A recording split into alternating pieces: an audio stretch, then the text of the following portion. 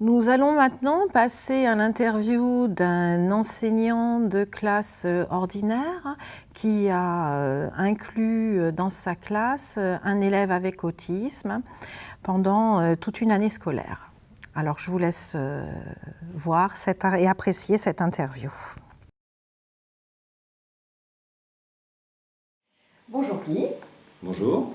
Alors je te remercie de bien vouloir participer à cette interview pour Canal Autisme et j'aimerais dans un premier temps que tu te présentes. Guy Delaplace, donc ancien instituteur, je suis maintenant à la retraite depuis quelques mois.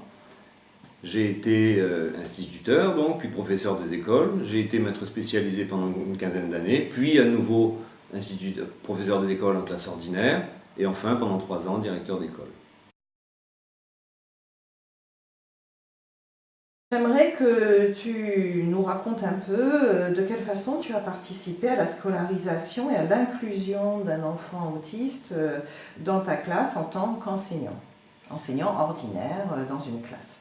Alors là où je travaillais, il y avait 2 écoles. Une école donc avec des grands, de CE2 à CM2, et l'école d'à côté accueillait les enfants de CP au CE1. Dans cette école avec les petits niveaux, il y avait une CLIS. Au cours de réunions, puisque bien évidemment entre ces 2 écoles il y avait pas mal d'échanges, au cours d'une réunion, la maîtresse de CLIS a parlé d'élèves, dont un élève autiste qui aurait eu besoin d'une inclusion. Le problème, c'est que dans son école, il n'y avait pas de niveau suffisant pour accueillir cet élève qui avait des capacités scolaires tout à fait intéressantes. Je me suis naturellement proposé, et voilà, ça s'est fait assez simplement. Alors il va de soi qu'il y a eu pas mal de réunions préparatoires à cela. Les niveaux ont été clairement perçus. Il y a eu des réunions avec les parents aussi. L'enfant est venu avant toute forme d'inclusion. Il est venu à l'école, il est venu dans la classe, il a vu comment ça fonctionnait. C'était assez particulier parce que son fonctionnement ordinaire en tant qu'élève n'était pas tout à fait le même que celui des autres. Donc il a fallu qu'il y ait un certain nombre de moments d'ajustement pour qu'ensuite cette inclusion se fasse sans grand problème.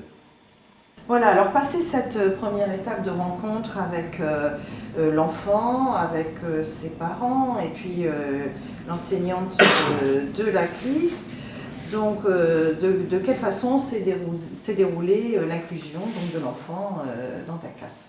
Alors l'inclusion s'est déroulée sur plusieurs temps.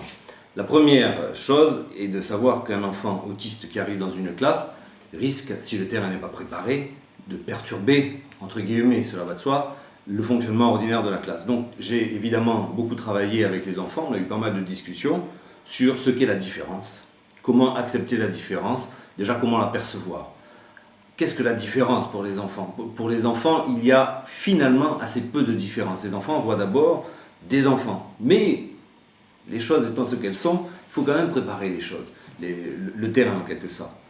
En effet, les enfants pourraient dire concernant cet enfant, il n'est pas comme nous, il est comme ci, il est comme ça, et donc ce serait quelque chose d'assez raté. Donc il y a eu tout un travail fait sur la différence.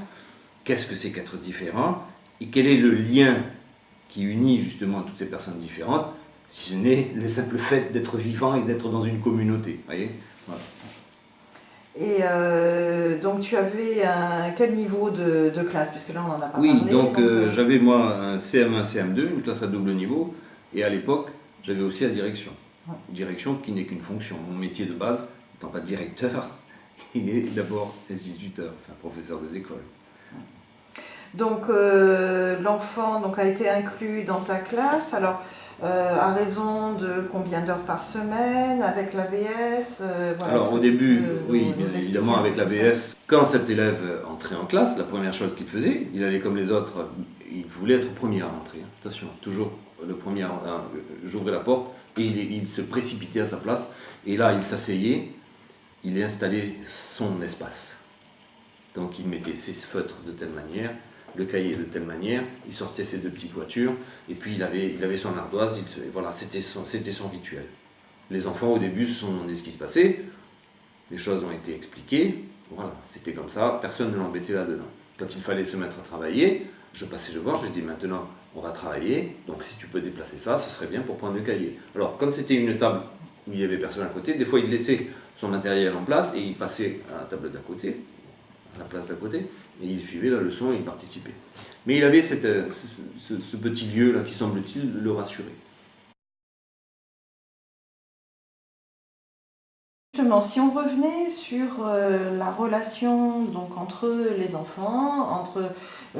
enfants et cet enfant en particulier, que ce soit au sein de la classe ou en cours de récréation. Donc si tu pouvais nous raconter un peu, puisqu'apparemment il y avait une élève qui allait s'asseoir à côté de lui, et voilà, comment s'est opéré un peu tout ce mode relationnel entre eux. Tout simplement, ça s'est très bien passé. Il n'y a pas... J'ai pas vu de moment où cet enfant ait pu être rejeté ou quoi. Même dans la cour de récréation, parce qu'au début, il va de soi qu'il était tout le temps scotché à moi. Quand je sortais en récréation, j'étais obligé de le prendre dans mes bras, parce qu'il était terrorisé. Au départ, c'était comme ça, c'est une réalité. Il était terrorisé. Mes collègues, en particulier, devaient se demander par moments quels étaient ces extraterrestres de directeurs qui prenaient les enfants dans ses bras. Bon, enfin, bon, c'était comme ça. Il ne fallait pas non plus qu'il reste dans la classe pendant la récréation. Donc ça, c'était tout à fait impossible. Donc ben, je le prenais, je le portais. Et puis, j'allais faire ce que j'avais à faire. Des fois, j'allais au bureau. Donc, il me suivait au bureau. Et progressivement, il a compris qu'il ne pouvait pas rester accroché comme ça. Donc, il a commencé à se délier de moi et à s'approcher tout doucement de la porte, regarder ce qui se passait, est-ce qu'il y avait un danger. Alors, évidemment, mes collègues m'ont accompagné et l'ont accompagné là-dedans, lui tenant la main, en allant dans la cour pour voir qu'il n'y avait pas de danger. Et les autres élèves, bien évidemment, se sont approchés de lui. Et le grand plaisir, c'est que quelques temps après, à peu près au bout de 3 semaines, 1 mois, il jouait avec les autres. Il y avait au sol une marelle, il jouait à la marelle. Attention, il jouait à la marelle d'abord tout seul. Personne ne devait s'approcher de la marelle. Mais progressivement, il a accepté d'attendre son tour pour jouer à la marelle. Ouais. Donc voilà, c'est ça. Il ne faut pas s'en faire un plat de ces relations entre les enfants. Les enfants, spontanément, n'ont pas peur des autres. Non, souvent les adultes, eux, induisent une forme de mise à distance. Mais les enfants, naturellement, ils n'ont pas, ils voient pas tout ça. J'avais la chance d'avoir une élève de CM2 qui était vraiment d'une gentillesse incroyable et qui allait à côté de lui et qui lui montrait les choses. Donc il y avait une grande complicité entre eux. Et cet enfant, cette petite fille, donc, lui a permis de bien progresser, d'aller très rapidement à un niveau important. Pas forcément suivre le CM2, comme je l'ai dit, mais d'acquérir les connaissances suffisantes pour suivre le CM1.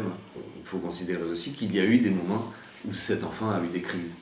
Voilà. Et pendant ces crises, évidemment, c'est assez effrayant pour les autres. Ça, c'est une réalité. Des cris, il se roulait par terre, et maman, et maman, et maman, et maman. Que faire?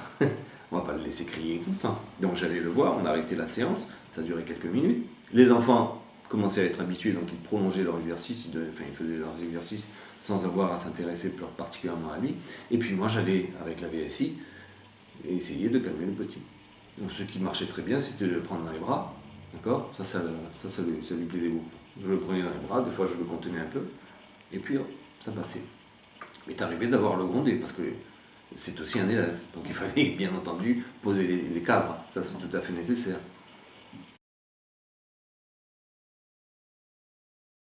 J'aimerais qu'on revienne sur le rôle et la fonction de la VSI au sein de la classe par rapport à cet enfant. C'est essentiel, le rôle de la VSI est essentiel. Accueillir un enfant autiste sans un VSI, c'est tout à fait inenvisageable en 2014. C'est une personne qui donc est présente en classe, pas forcément toujours à côté de l'élève, mais qui est présente en classe, qui va reformuler éventuellement ce qui est demandé, qui va rassurer l'enfant par sa présence et qui va servir de relais entre ce que dit l'enseignant, enfin ce que je disais, et l'élève. Parce que parfois, voilà, l'enfant soit ne suivait pas, soit ne comprenait pas, et j'étais pas toujours disponible pour, à chaque fois, m'intéresser à un élève en particulier, puisque j'avais 23 ou 24 élèves à l'époque. Donc voilà, c'est un 24e du temps aussi, il faut quand même le considérer ça. Donc la VSI était essentielle. Voilà. Pour autant, elle n'avait pas à se substituer à moi, d'accord? C'est-à-dire que quand on était sur une activité précise, c'est cette activité précise qui se faisait. Voilà. Elle aidait l'enfant, ça c'est une certitude, elle l'aidait, elle le remotivait, elle le réorientait sur l'activité. Quand il lui arrivait par exemple de se déplacer pour revenir à ces petites voitures et tout, hop, elle le recadrait, elle le remettait à l'exercice. L'objectif étant évidemment qu'il progresse aussi à son rythme. même si on ne va pas forcément attendre que l'enfant progresse toujours à son rythme, parce que pour certains, le rythme risque d'être un peu long, donc il faut par moment forcer un peu les choses. Et donc il t'est arrivé de recevoir l'enfant sans AVSI? Il m'est arrivé de recevoir l'enfant sans AVSI. Pour X raisons, son maladie, enfin bon, il m'est arrivé 2-3 fois de recevoir l'enfant sans AVSI. J'ai pas eu de problème particulier. J'ai pas eu de problème particulier, et je me suis rendu compte donc assez rapidement qu'il serait peut-être possible que la VSI, sachant qu'elle n'était pas loin, puisque l'école était en face, l'autre école où il y avait la clinique était en face, on a tenté par la suite que l'enfant vienne, on a fait en sorte que l'enfant vienne sans AVSI. Au départ, moi, c'est pas quelque chose qui me posait problème. Et ça s'est passé sans grande difficulté.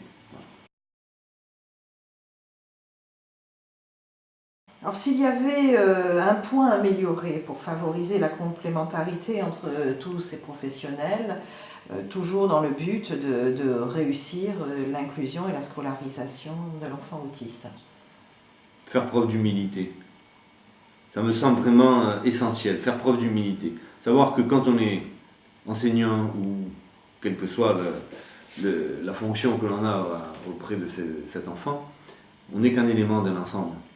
Alors certes, les parents ont leur enfant beaucoup plus que les autres. Certes, les enseignants, en particulier maîtres et maîtresses de classe, ont l'élève plus que les autres. Mais chacun est indispensable. Donc parce que l'enfant, lui, il est au centre de tout ça et chacun apporte sa pierre à l'édifice. Donc faire preuve d'humilité, savoir qu'on n'est pas le centre c'est donc l'enfant, et savoir qu'on est un élément de cet ensemble qui va permettre à l'enfant de progresser. Donc l'humilité et bien évidemment le travail en commun, ça c'est indispensable. Voilà. Pas forcément être obligé d'attendre l'équipe éducative ou l'équipe de suivi pour dire ce que l'on a à dire. Ne pas hésiter à communiquer avec les parents, avoir évidemment leur numéro de téléphone.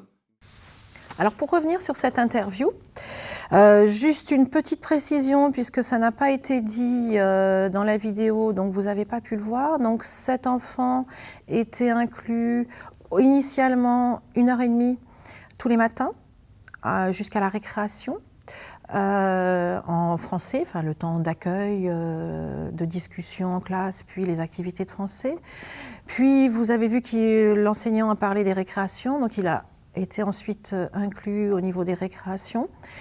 Et puis enfin, toute la matinée, donc avec la partie mathématiques qui venait en fin de matinée. Et puis au bout d'un mois, finalement, cet enfant, les parents le déposaient le matin à l'école directement pour la classe de CM1, CM2 et venaient le récupérer à 11h30 à la fin des cours directement à cette école, et il ne transitait plus du tout par la classe d'inclusion scolaire qui était sa classe de référence, donc en l'occurrence la CLIS. Alors, ce que je retiendrai quand même au point de vue très important de cette vidéo, c'est que chacun est indispensable. Voilà. Pour réussir une inclusion, l'enseignant l'a bien dit, tous sont indispensables. Et tous, j'entends bien, les parents, l'enseignant, l'AVS, et au centre, on a l'enfant. Et après, tous les partenaires dont nous allons aussi discuter un peu après. Je trouve que le descriptif qu'il a fait de la récréation est vraiment intéressant parce que c'est souvent un problème récurrent que j'entends, les temps de récréation. Qu'est-ce qui se passe? C'est difficile, on le sait, pour l'enfant avec autisme parce qu'il y a une hypersensorialité, comme l'a expliqué Christine. Et donc, il y a beaucoup de bruit, beaucoup de monde. L'enfant peut se sentir très mal à l'aise. Et là, ce qu'on a perçu, ce qu'il a décrit, c'est que petit à petit, les récréations se sont bien passées. Mais il n'a pas été jeté, j'allais dire, dans la cage au lion, comme on dirait, dans cette multitude d'enfants. On le sait, quand ils sortent en récréation, surtout des CM1, CM2, CE2, et que c'est une école à 8 classes, voilà, ça fait du bruit, ça court dans tous les sens. C'est très difficile à vivre pour un enfant avec autisme. Donc là, vraiment, il a fait le lien, tout doucement, pour que cet enfant puisse profiter de façon agréable de ces récréations. Et puis, on a bien vu que c'est ce qui s'était passé. Et puis l'enseignant explique lorsqu'il y a une crise, parce que ça peut arriver en classe, donc l'enfant crie maman, se jette par terre, on sent qu'il est mal, il se met à pleurer, mais que L'enseignant de suite va s'en occuper. Le calme, l'AVS est là aussi pour ça. Et puis les enfants d'eux-mêmes, les autres enfants de la classe, les autres élèves finissent par continuer leur travail. L'enseignant est là pour le rassurer. Et puis au besoin, si vraiment besoin était, le contenir. Et puis que finalement, on laisse passer le temps, l'enfant s'apaise et se remet petit à petit au travail. Voilà, donc c'est pas... On le sent bien, l'enseignant n'est pas effrayé, voilà, les autres enfants non plus finalement. Donc finalement, bon, c'est quelque chose qui se passe tout seul. Ensuite, écoutez, je terminerai sur cette interview en disant que bon, les points améliorés dont il a parlé, à savoir le travail en commun est essentiel. Voilà. On n'avance pas tout seul, on n'avance que parce qu'on travaille ensemble. Ensemble, c'est-à-dire avec les parents, avec l'AVS, et puis avec l'enfant lui-même, puisque c'est l'enfant qui est au centre de la scolarisation et au centre des apprentissages. Et puis qu'il faut savoir faire preuve d'humilité, parce que on ne sait pas tout. L'enseignant est certes peut-être maître à bord, à toutes les pièces maîtresses au niveau pédagogique, mais en même temps, ce que va lui renvoyer cet enfant est un petit peu différent quand même de ce qu'il a l'habitude de voir. Et donc la première clé, quelque part, est celle de l'humilité, faire preuve d'humilité. On a aussi beaucoup à apprendre de cet enfant.